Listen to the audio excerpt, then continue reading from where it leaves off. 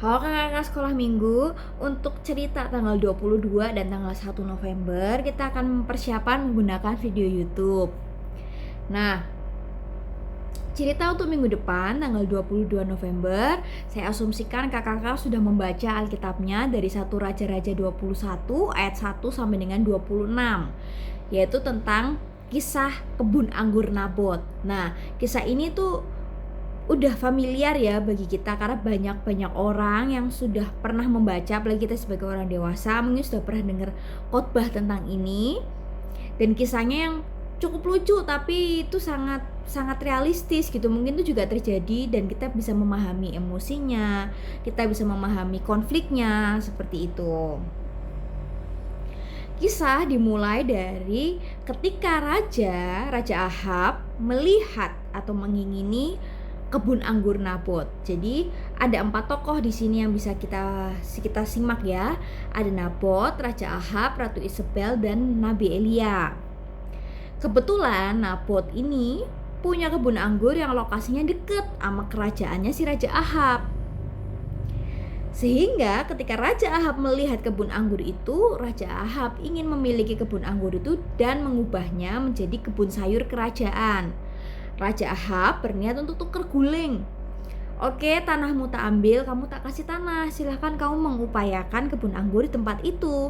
Atau kalau kamu nggak mau, ya udah, tak kasih uang aja kebun anggurnya.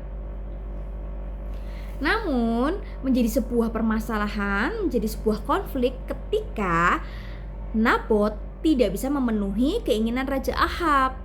Karena kebun anggur itu adalah tanah pusaka atau tanah warisan. Dan bahkan kalau dalam tradisi Asia Barat Daya kuno, khususnya Israel, tanah pusaka itu tidak hanya memiliki nilai sentimental yang berkaitan sama emosional karena itu warisan dari orang tua, namun juga ada pesan dari nenek moyang, dari Musa. Jadi lapisannya lebih banyak.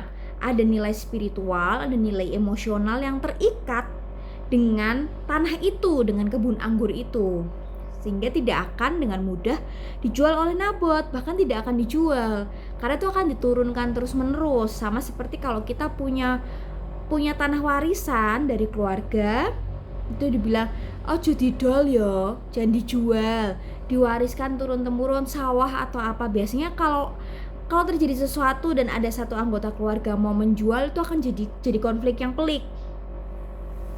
Nah, ini hal yang sama terjadi dalam kisah dalam perikop Alkitab 1 Raja-Raja 21 ini. Ketika raja mendapat penolakan dari Nabot, nah di sini kita bisa melihat dari segi psikologis maupun emosional, kita bisa melihat bahwa Raja Ahab ini tidak matang secara psikologis. Dia seperti anak kecil yang tantrum, dia kemudian tidak mau makan, dia murung. Nah, kemurungan itu ditanya oleh Ratu Isabel. Dia menceritakan bahwa aku nggak bisa memiliki kebun anggur Nabot. Setelah itu, nah disinilah terjadi hal buruk. Ratu Isabel tidak mengafirmasi bahwa tidak semua hal yang diinginkan oleh Raja Ahab itu bisa dipenuhi. Tapi justru point of view dari si Ratu Isabel adalah Raja Ahab ini kan raja. Harusnya dia bisa mendapatkan apapun yang dia mau dan melakukan apapun yang dia mau. Oleh karena itu, dia bilang, udahlah gak usah khawatir, aku akan membuat kebun anggur itu jadi milikmu. Nah, seharusnya Ahab sendiri pun sudah mengetahui nilai sentimental dari kebun anggur milik Nabot, apalagi kalau dibilang itu tanah pusaka. Harusnya Ahab tahu karena dia juga bagian dari orang Israel, tapi Ahab menutup mata karena dia pingin. Nah, keinginan inilah yang kemudian di follow up dengan rencana buruk dari Ratu Isabel, yaitu memfitnah Nabot sehingga Nabot ini dihukum rajam karena dia mencemari nama Allah. Nah, ini masalahnya terjadi di sini. Sebetulnya ketika Raja Ahab dan Ratu Isabel menolong, atau ketika Raja Ahab, bahkan ada peran Isabel yang bisa membantu Raja Ahab untuk melihat dan terbuka bahwa tidak semua hal bisa dimiliki, konfliknya selesai. Tapi di sini Raja Ahab maupun Ratu Isabel berpikir bahwa mereka harus bisa mendapatkan apa yang mereka mau. Nah, inilah yang membuat kemudian keinginan yang mereka punya, kekerasan hati itu di follow up dengan rencana dan tindakan yang buruk, yang berdampak pada Nabot ini dibunuh, disingkirkan.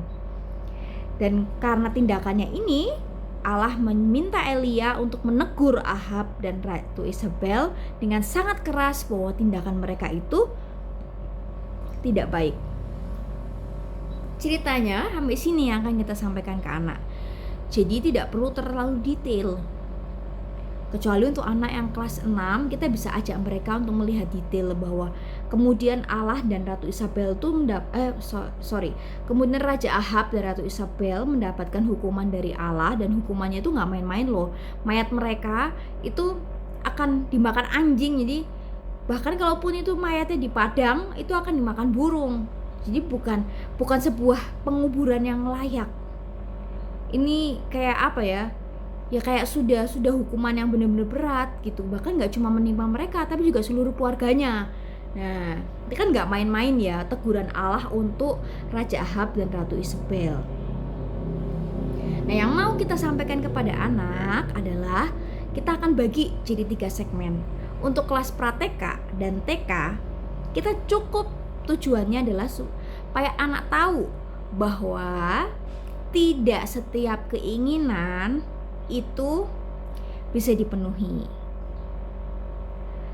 dan anak mengetahui bahwa tindakan Raja Ahab yang tantrum itu adalah tindakan yang kurang tepat.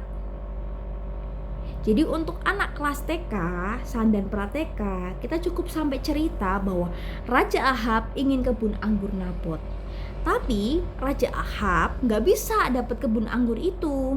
Lalu apa yang Raja Ahab lakukan? Dia nangis, dia meraung-raung, dia nggak mau makan sampai keinginannya dipenuhi. Dia nggak mau tahu bagaimana caranya supaya keinginan dipenuhi, walaupun itu harus melukai orang lain. Nah, Allah menegur Raja Ahab bahwa tindakan Raja Ahab itu tidak baik. Sudah sampai di situ. Jadi kita mau fokuskan bahwa tindakan yang tantrum tadi, yang lebih dekat dengan kehidupan anak, emosi anak, itu yang tidak baik. Jadi anak tahu ketika mereka tidak bisa mendapatkan sesuatu, ketika mereka melakukan seperti yang Raja Ahab lakukan, yaitu meraung-raung, murung, tidak mau makan, mogok makan, atau teriak-teriak, menangis-nangis. Nah, itu adalah tindakan yang kurang tepat. Karena ada dalam Alkitab begitu. Nah, ini untuk anak kelas pra-TK dan TK. Nah, untuk anak kelas 1 sampai 3 kita bisa level up. Raja Ahab murung, Raja Ahab tidak mau makan. Lalu Raja Ahab cerita kepada Ratu Isabel, dia pingin kebun anggur itu, dia harus punya kebun anggur itu. Bahkan ketika Ratu Isabel melakukan hal yang buruk untuk dapat memiliki kebun anggur itu, Raja Ahab gak masalah. Nah, adik-adik, kadang hati-hati, kita juga bisa berlaku seperti Raja Ahab. Kita mau punya pensil, punya teman kita karena kita lihat pensilnya lucu, tapi kita gak bisa. Lalu apa yang kita lakukan? Kita melakukan hal buruk, kita curi pensilnya. Nah, ini untuk anak kelas 1 sampai TK. 1 sampai 3. Nah, 4 sampai 6 kita bisa ajak mereka untuk mengidentifikasi peran setiap tokoh. Bahkan kita bisa pakai kacamata hitam. Setiap orang punya keinginan, betul. Tapi terkadang ada kenyataan yang membuat keinginan itu gak bisa terpenuhi. Kita jabarkan, contohnya apa? Seandainya anak ingin punya pesawat terbang, tapi kan gak mungkin. Kenapa? Karena mereka tidak punya license untuk terbang, mereka nggak punya tempat yang cukup untuk parkir pesawat terbang. Jadi ada fakta-fakta yang membuat anak tidak selalu mendapatkan keinginannya mereka.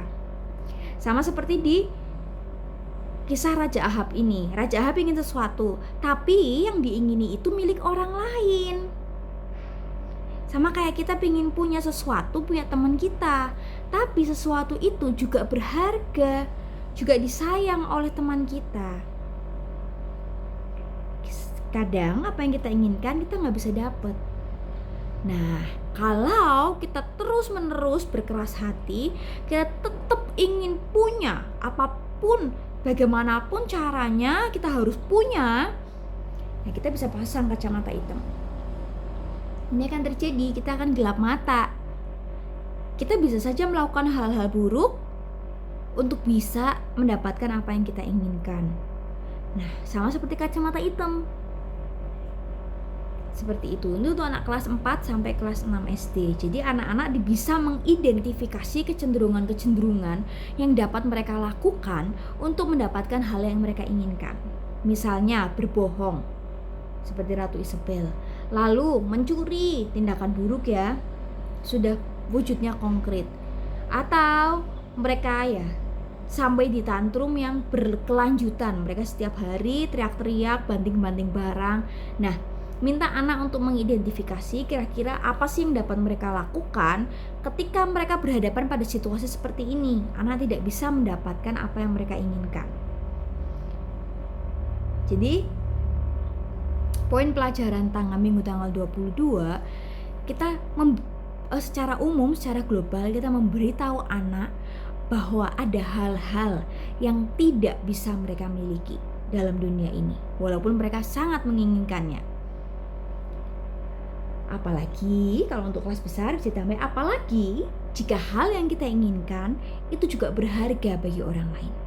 Jika hal yang kita inginkan itu milik orang lain, mainan milik teman, lalu mungkin peralatan pensil milik teman, hewan peliharaan milik teman. Nah, ada hal-hal yang gak bisa kita miliki.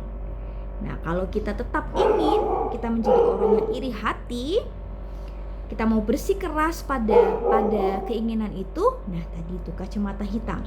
Kita menjadi orang yang gelap mata dan kita merasa gak masalah kok melakukan hal-hal buruk, yang penting aku dapat apa yang aku inginkan. Nah, ini tindakan yang berdampak buruk. Bahkan dalam teks Alkitab sendiri kita tahu Tuhan mengutus Elia untuk menegur perilaku ini.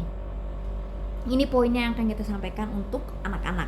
Jadi untuk anak pra-TK dan TK kita cukup sampaikan tindakannya Raja Ahab ketika dia nggak bisa dapat kebun anggur Nabot. Dia marah, dia meraung-raung. Nah, kita bisa tanya, nah kalau adik-adik jadi Ahab, apa yang biasanya dia lakukan? Marah, banting barang. Itu baik nggak ya? Dalam teks Alkitab hari ini, Allah meminta Nabi Elia untuk menegur Raja Ahab bahwa apa yang dia lakukan itu tidak baik. Gitu. Jadi pikiran anak yang masih sederhana tidak bisa kalau kita isi dengan hal yang kompleks. Jadi kita bisa isi dengan hal-hal yang dekat dengan pengalaman emosional mereka. Itu jauh lebih mudah bisa dipahami oleh anak dibandingkan kita memaksa anak untuk memahami seluruh ceritanya. Seperti itu kakak-kakak. Nah, ini nanti untuk aktivitasnya akan dijelaskan di grup GSM oleh yang berwenang membuat aktivitas. Nah, nanti akan dijelaskan seperti apa. Nah, ini untuk pokok pembelajarannya. Nah, buat kakak-kakak yang masih punya pertanyaan atau masih punya bingung, feel free bisa WA saya. Kalau saya lama banget balesnya, bisa WA ke Yosua. Nanti Yosua bisa follow up ke saya. Seperti itu. Terima kasih kakak-kakak. Selamat persiapan, Tuhan Yesus memberkati.